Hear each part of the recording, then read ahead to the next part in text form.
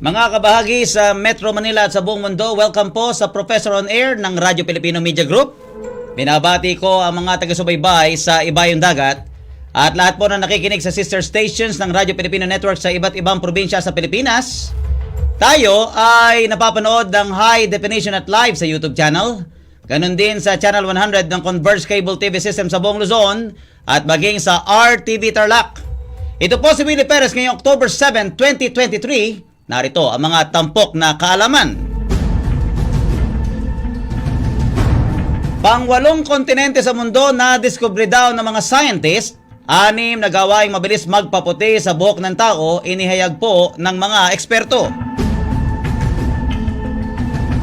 Sa Science and Technology, paano mo malalaman kung tulog o hindi ang isang isda at anong klase ng mga unggoy ang kakaiba daw po kung magbatian?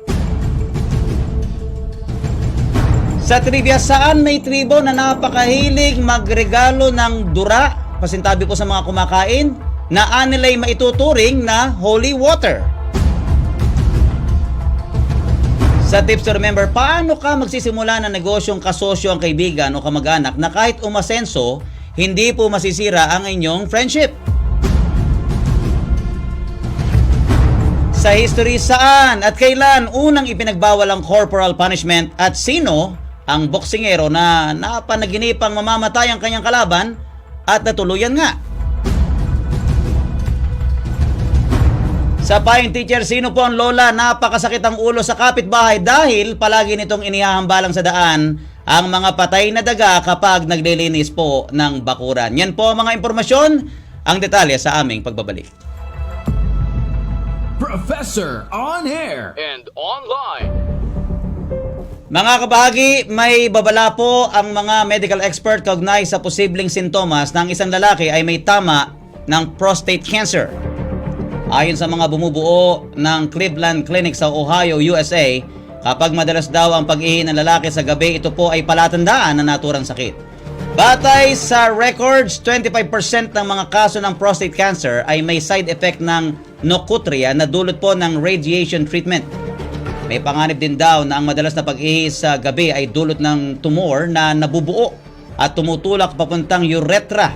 Ang nocutria, mga kaibigan, ay pangkaraniwan sa huling bahagi ng prostate cancer, kung kaya't dapat daw ay magpatingin kaagad sa doktor kapag napansin na meron ito. Sinabi pa ng mga nakakaintindi na sa una ay hindi kakikitaan ng malinaw na sintomas sa mga may prostate cancer hanggang sa lumaki na ito at maging hadlang sa maayos na urination ng isang lalaki.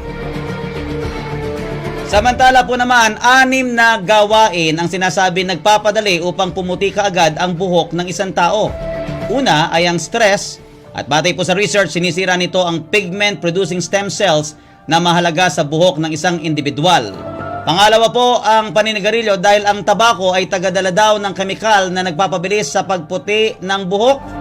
Pinapalakas nito ang hydroxylation ng hormone estradiol at pinapabagal ang produksyon ng enzyme na kung tawagin ng aromatase. Number 3, sa dahilan ng kakulangan sa masustansyang pagkain, kagaya po ng mga pagkain sagana sa vitamin B at minerals. Ang kakulangan sa tulog, ang malaking epekto sa kalusugan ng tao ay sinasabing isa rin po sa dahilan. At batay sa scientific evidence, kapag kulang palagi sa tulog ang tao, konektado ito sa premature graying na nagpapahina sa stem cells ng isang individual. Dapat din daw na uminom ng marami o sapat na tubig dahil kapag dehydrated ang tao ay kapos sa moisture ang buhok. Maganda raw na lagyan ng coconut oil ang buhok upang hindi natutuyuan. Mag-ingat din sa paggamit ng hair products na may mapaminsalang sangkap dahil kinokontra nito ang melanin.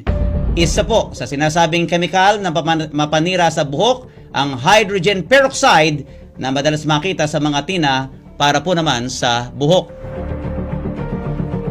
Nadiskubre ng mga scientists ang sinasabing ika-8 kontinente na matagal nang nawawala.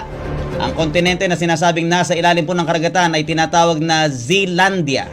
Ito daw po, mga kaibigan, ay 375 years nang nawawala at binubuo ng mga isla na kagaya sa New Zealand. Ang naturang missing continent ay sinasabing bahagi po ng ancient supercontinent na kung tawagin ay Gondwana. Ang Gondwana ay sinasabing lumitaw may 1 bilyong taon na ang nakakalipas. Paliwanag po ng mga scientists na natuklasan nila ang Zealandia sa tulong ng mga bato at iba pang rock samples na natagpuan sa ocean floor.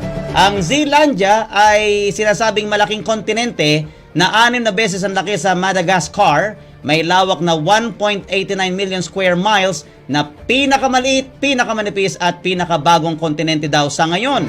Ang mga naunang existing continents ay kinabibilangan po ng Asia, Africa, North America, South America, Antarctica, Europe, at maging ang Australia. Yan po ang mga pangunahing impormasyon, ang mga trivia, tips to remember at Pine Teacher. Yan na po ang susunod. Professor on air and online. Radio Pilipino. Pre, may e-fill ID